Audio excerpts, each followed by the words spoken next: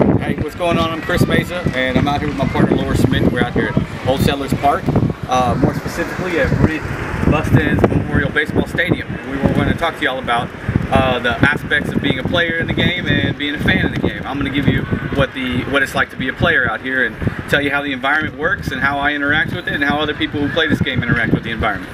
Right here is what we call as the dugout. This is where the teams come to hang out and talk strategy and take a break from the hot sun. This is why the benches are here.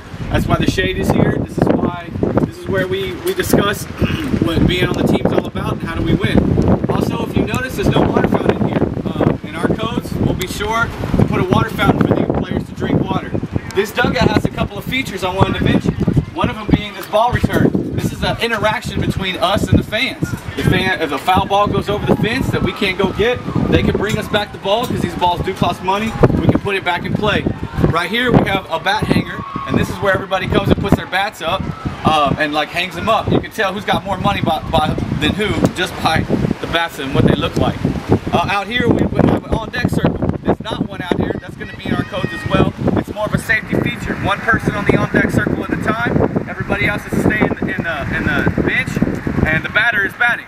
Okay, so we come out here to the home plate. Home plate represents how you score runs. You make it home, you get a point. If you don't make it home, you get no points. You run the bases to get home. You got first, second, third. Pitcher's mound's right here in front of you. Okay, most batters like to interact with the environment by rubbing some dirt on their hands to add some traction. Once you hit a ball, you can run the bases. And you can use these foul lines. These foul lines are very important to the game. They let you know the boundaries of the game itself. If the ball goes outside these foul lines, it's a foul ball, you got to redo. If you go outside the foul lines, then you're out. So, as a player, you hit the ball, you run down the base path, and you try not to run outside these foul lines. Alright, and as you're running down the base paths, these bases are off the ground for a reason. They're doing this for safety reasons. It's for environment, so that way you can interact with the environment safely.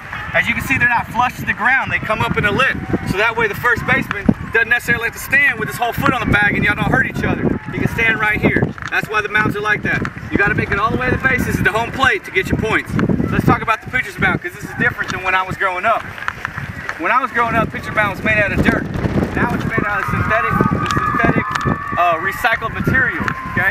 Also, I wanted to mention that the foul lines are on the ground because this field is properly maintained. As you can see, the grass is all groomed down. It's all short. There's no ant mounds, none of that going on. This pitcher mound also has to do with the maintenance. Since it's not dirt, it's a lot easier to maintain. There's nothing you have to do to interact with it. You can just leave it out here, all right? And since dirt erodes away, this won't erode away. And as you can tell, it's made out of some kind of hollowed out recycled material. I'm not really quite sure what it is. We're gonna go out to the outfield and talk about the outfield. Okay, right here we're out in the outfield, all right? And this right here will allow you, the environment, to talk to you if you let it. For example, you pick up a little bit of grass, you throw it in the air, and it tells you which way the wind is blowing. It's important whenever you're playing in the outfield to know that. As you can see, there's a lot of green area out here. It's another reason why I love to play the outfield, and most people have the same feelings I do when it's out here. A lot of open space, a lot of area to run free, a lot of area to stretch those legs out, stay in shape, or whatnot, track the ball down. Having said that, it provides a nice safe area. Having said that, if you run towards the back of the fence, towards back here, it gets a little bit more hazardous, more dangerous. The fence here represents a boundary. You hit it over the fence, it's a home run. Everybody gets a score, including yourself. Everybody gets to round the bases. If it hits off this yellow thing right here, this little yellow PVC pipe, and goes over, that represents a home run too.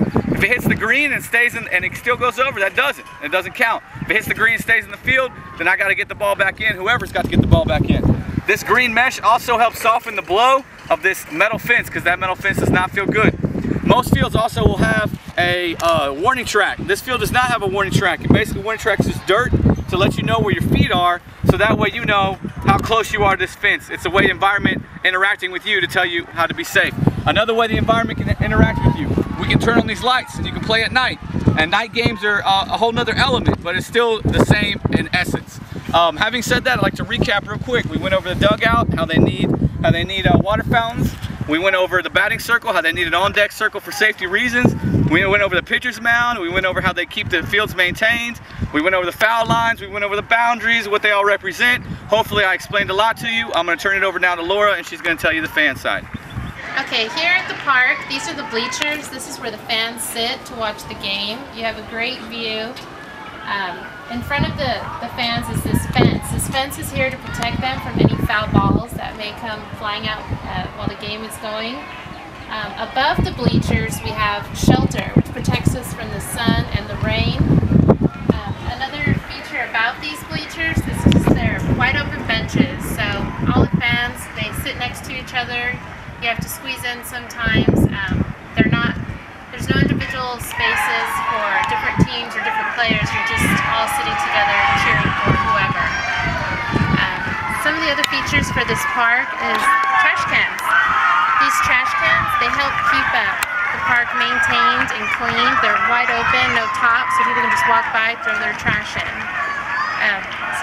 The other features that we enjoy about this park are at the main pavilion, which is that way. If you want to take a look at it this way, we're just one of many fields at this park.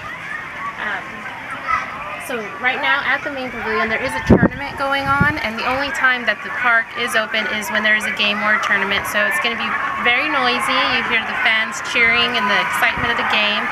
There isn't much we can do about that, so we're just going to try and work around it. So here we go. Okay, we're about to enter the main pavilion to the park. You'll notice the sidewalk as we're going in. It's paved. It's also well lit. There's lights all along the walkway. So when you first walk in, you walk through this gate. This gate is here to so that the park can stay maintained and closed when it's not being used. It prevents any destruction or anything from the park. So when you walk in, inside all of these individual pavilions is a playground for your kids. The playgrounds are also marked to make sure that they are age appropriate and any safety regulations that they should be following while they're using the playground. The playground is in very close proximity to the baseball field. So if you're a parent and you have a kid who's playing and a kid who's not playing, it's easy to keep an eye on both of them. So keep walking through the park and you look around. There's multiple fields in this park. There's 4 of them in this pavilion. All of them have the fans' bleachers from each park as you're viewing is faced inward and towards the bathroom. So everything we have out here is restrooms. They're free to use, they're well maintained, they're clean. They're accessible to everybody. Sometimes when you have a tournament, you'll be out here from the morning to the evening.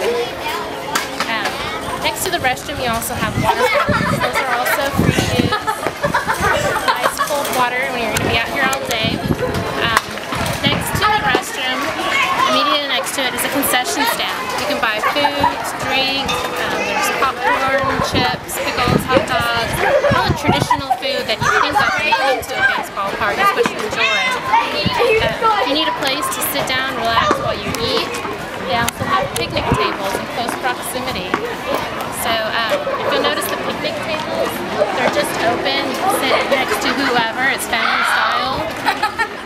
Everybody just kind of sits next to each other. Another feature they also have is the trash cans. They're also here. They're throughout the park. They're easy and accessible to help keep this park clean. So just to sum it up, some of the features of this park